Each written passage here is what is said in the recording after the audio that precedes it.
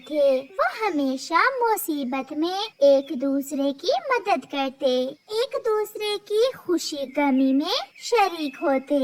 एक दिन कबूतर चिड़िया के पास आता है। चिड़िया बहन, मेरे बेटे को कल से तेज बुखार है और मेरे पास अपने बेटे की दवा लेने के लिए पैसे नहीं है। अगर आप मुझे 100 रुपए उधार दे दो तो मैं कुछ दिनों तक आपको लौटा दूंगा। कबूतर भैया, बहुत अच्छा हुआ जो आप मेरे पास आ गए। आप पैसे ले जाएं और अपने बेटे की दवा ले आएं। मुझे बहुत शर्म आ रही थी आपसे पैसे उधार मांगते हुए, मगर मैं बहुत मजबूर था। कबूतर भैया, इसमें शर्म की क्या बात, दुख सुख में अपने ही तो काम आते हैं। फिर कबूतर चिड़िया से पैसे लेकर वहाँ से चला जाता है। न जाने जंगल में ऐसे कितने गरीब पक्षी होंगे जिन्हें मदद की जरूरत होगी और वो शर्म के मारे चुप रहते हैं। फिर चिड़िया दूसरे दिन सब पक्षियों को इकट्ठे करती है। दोस्तों, मैंने सोचा है कि हम सब मिलकर कुछ पैसे जमा किया करेंगे और उन पैसों से गरीब पक्षियों की मदद किया करेंगे।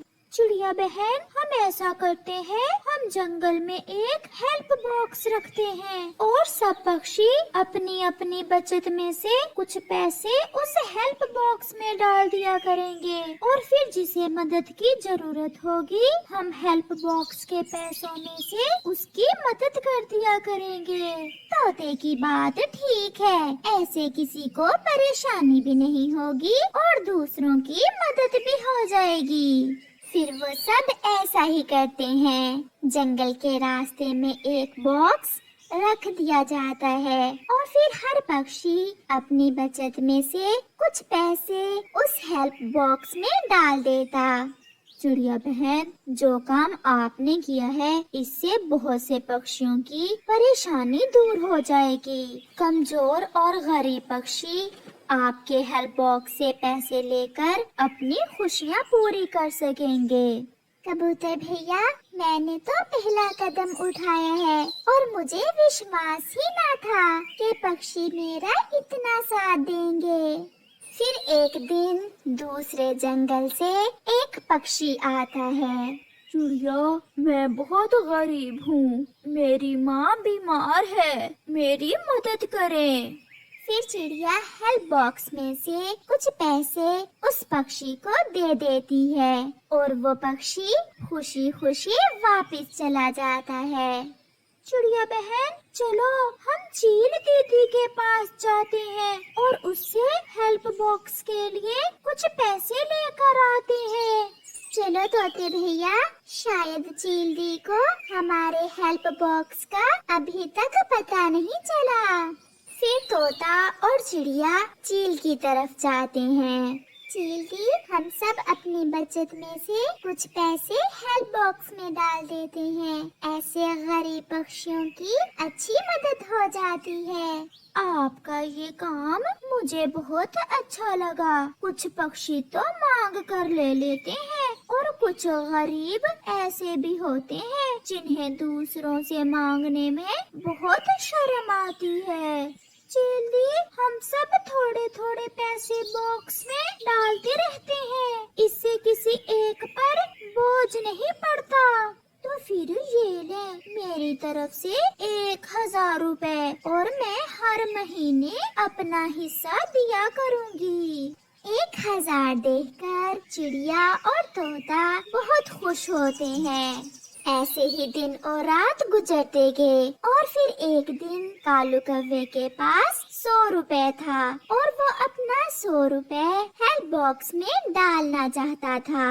अगर मैंने ऐसे ही 100 रुपए हेल्प बॉक्स में डाल दिया तो किसी को क्या पता चलेगा कि मैंने हेल्प बॉक्स में 100 रुपए डाला है। मैं सबको बता कर ये पैसे डालूंगा। कालू कौवा चिड़िया के पास जाता है। चिड़िया, हेल्प बॉक्स कहाँ है? मैंने 100 रुपए हेल्प बॉक्स में डालना है। कालू भैया रास्ते में सूखे पेड़ के पास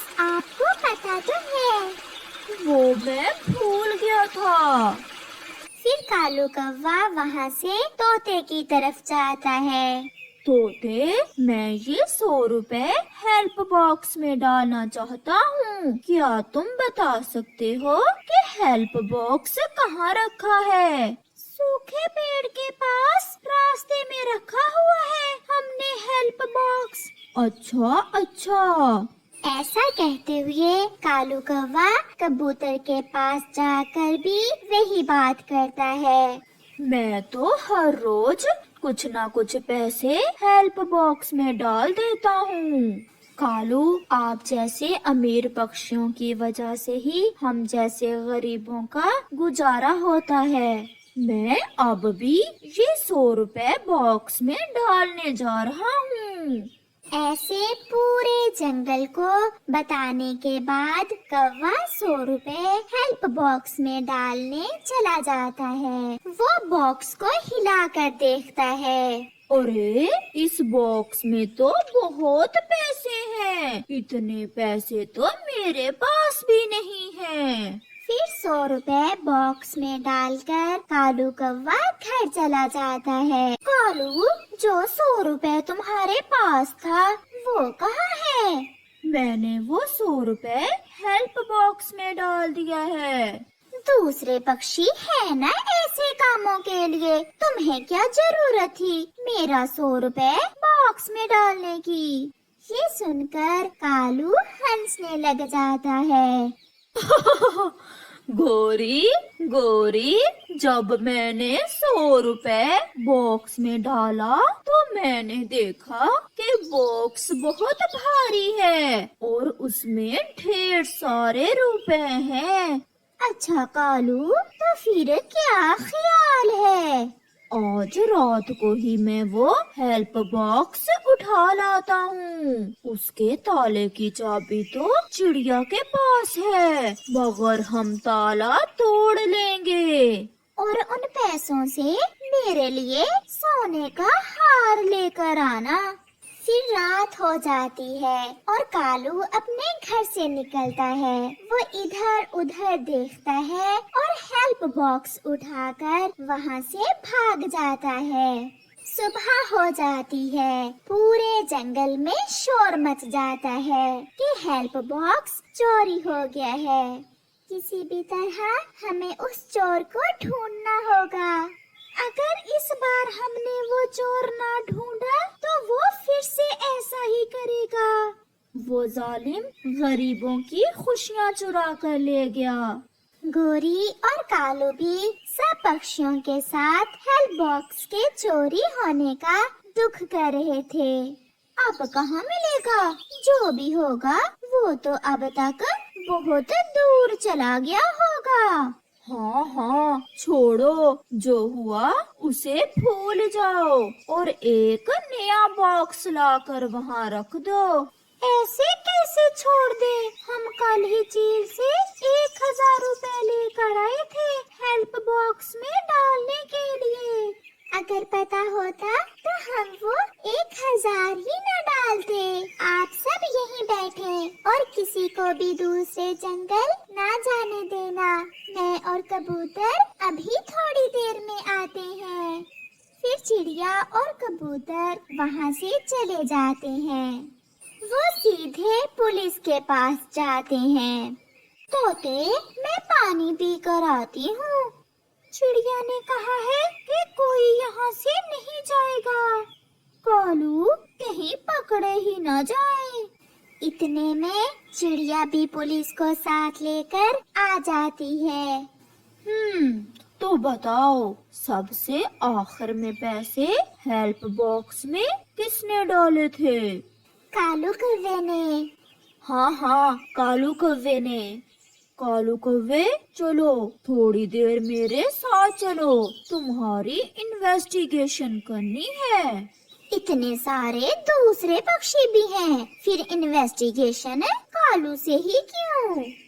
मैं थोड़ी देर बाद बताता हूँ। फिर पुलिस कालू कौवे को थोड़ी दूर ले जाती है और उसे एक पेड़ से उल्टा लटकाकर अभी 2 ही डंडे लगाती है तो कालू गोरी को आवाज देता है। गोरी, गोरी, जल्दी से घर से वो बॉक्स ला दो, पुलिस का डंडा बहुत बड़ा है।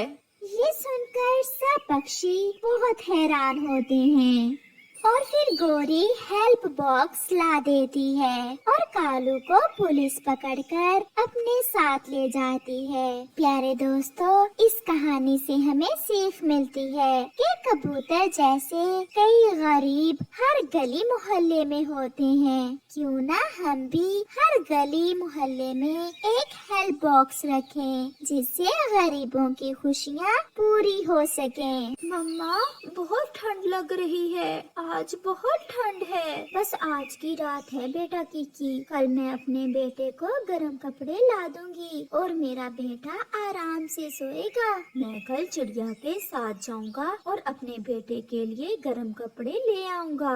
कबूतरों का वो परिवार अपने घर में बैठा ऐसे बातें कर रहा था। सुबह हो जाती है। कबूतर को रात की ठंड अच्छे से याद थी। कबूतर समय जाया किए बिना चिड़िया के पास जाता है। चिड़िया बहन, आज रात हम सब ने बहुत मुश्किल से गुजारी है, बहुत ठंड थी। चलो हम कहीं से अपने लिए गर्म कपड़े लेकर आते हैं। परंतु कबूतर भैया, हम गर्म कपड़े लाएंगे कहाँ से? हम तोते के पास जाते हैं, उसके पास पिछले साल के गर्म कपड़े पड़े होंगे, हम उससे ही पुराने कपड़े ले आते हैं। ये ठीक है, हम ऐसा ही करते हैं। चिड़िया और कबूतर तोते की तरफ जाते हैं। मेरे पास कुछ गर्म कपड़े पड़े थे, मगर जब गर्मियों में तेज तूफान आया तो मेरे सारे गर्म कपड़े तेज तूफान में उड़ गए थे। मैं देखता ही रह गया। मैं तो खुद सारी रात ठंड से मरता रहा हूँ। तो फिर चलो हम सब उस जादुई बेरी के पेड़ के पास जाते हैं, वो जरूर हमारी मदद करेगी। दोस्तों, आप चलें और मैं जाकर कव्वे और कव्वी को भी बुला लाता हूँ, उन्हें भी गर्म कपड़ों की जरूरत होगी। फिर वो सब ऐसा ही करते हैं। चिड़िया और तोता जादुई बेरी के पेड़ों की तरफ और कबूतर कव्वे और कव्वी को बुलाने चला जाता है। चिड़िया और कबूतर चले गए हैं। चलो, अगर आपने भी गर्म कपड़े लेने हैं तो मेरे साथ चलो। चल कालू चल, अब ठंड बढ़ गई है, ऐसे गर्म कपड़ों के बिना गुजारा नहीं होगा। मुझे सारी रात नींद नहीं आई, मैं तो सोने लगा हूँ, तुम कबूतर के साथ चली जाओ। गोरी कव्वी कबूतर के साथ चली जाती है। कबूतर भैया, यही है ना वो दोनों जादुई पेड़? हाँ हाँ चिड़िया बहन, बेरी के 2 जादुई पेड़ यही हैं। चिड़िया, क्या ये पेड़ हमें गर्म कपड़े दे देंगे? क्या आप सब गर्म कपड़े लेने आए हैं? मैं तो गर्म कपड़ों का पेड़ नहीं, मैं तुम्हें सोना और चांदी दे सकता हूँ। अगर आपको गर्म कपड़े चाहिए तो वो सामने वाले दूसरे पेड़ के पास जाएं। चिड़िया, चलो हम सब उस दूसरे पेड़ के पास जाते हैं। कितने पागल है ये पक्षी, सोना और चांदी छोड़कर गर्म कपड़ों वाले पेड़ के पास जा रहे हैं। चलो गोरी बहन, रुक क्यों गई हो? हमें देर हो रही है। ठहरो, मुझे इस पेड़ से कोई बात करनी है। पेड़ जी, क्या हम सोना चांदी और गर्म कपड़े दोनों चीजें नहीं ले सकते? नहीं, हम दोनों पेड़ों में से आप किसी एक पेड़ से कुछ ले सकते हो, ये आपकी इच्छा है। सोना चांदी चाहिए या गर्म कपड़े? तो पक्षियों, आप जाओ और लो गर्म कपड़े। मैं तो इसी जादुई बेरी के पेड़ से सोना और चांदी लूंगी। कितनी लालची हो तुम गोरी, ये सोना और चांदी तुम्हें ठंड से नहीं बचा सकेंगे। चल चल, मुझे ऐसे भाषण न दो, मुझे पता है मुझे क्या करना है। फिर चिड़िया, कबूतर और तोता दूसरे बेरी के पेड़ के पास चले जाते हैं। बेरी के जादुई पेड़ जी, हम आपसे गर्म कपड़े लेने आए हैं। क्या आपने मेरे दोस्त पेड़ से सोना और चांदी तो नहीं लिया? नहीं नहीं चौधरी पेड़ जी, हमें सोने और चांदी की कोई जरूरत नहीं है। हमें तो केवल गर्म कपड़े ही चाहिए। तो फिर ले, अपने अपने पसंद के रंगों के गरम कपड़े तोड़ ले। फिर अचानक उस पेड़ पर मुख्तलिफ रंगों के गरम कपड़े लग जाते हैं। वो सब बहुत खुश होते हैं और अपने अपने पसंद के रंग देखकर वो सब अपने लिए गरम कपड़े तोड़ लेते हैं। पेड़ जी, आप बहुत अच्छे हो जो हमारी मदद करते हो। मेरा बेटा सारी रात ठंड से सो नहीं पाया था। मैं पिछले कई बरसों से ऐसे ही पक्षियों की मदद करता चला आ रहा हूँ। बस लालच ना करना, अपनी जरूरत पूरी करना। फिर वो सब अपने गरम कपड़े लेकर वहाँ से चले जाते हैं। गोरी भी सोने और चांदी के पेड़ से ढेर सारा सोना और चांदी तोड़ लेती है। मैं हैरान हूँ कवि, तुम्हारे सभी दोस्त गरम कपड़े लेकर चले गए और एक तुम हो कि सोना और चांदी मांग रही हो। पेड़ जी, अगर घर में सोना और चांदी हो तो ठंड महसूस नहीं होती। अब मैं जाऊँ? जाओ और फिर लौट कर ना आना। हम दोनों पेड़ साल में एक बार ही आप पक्षियों की मदद करते हैं। फिर गोरी भी सोना और चांदी लेकर वहाँ से चली जाती।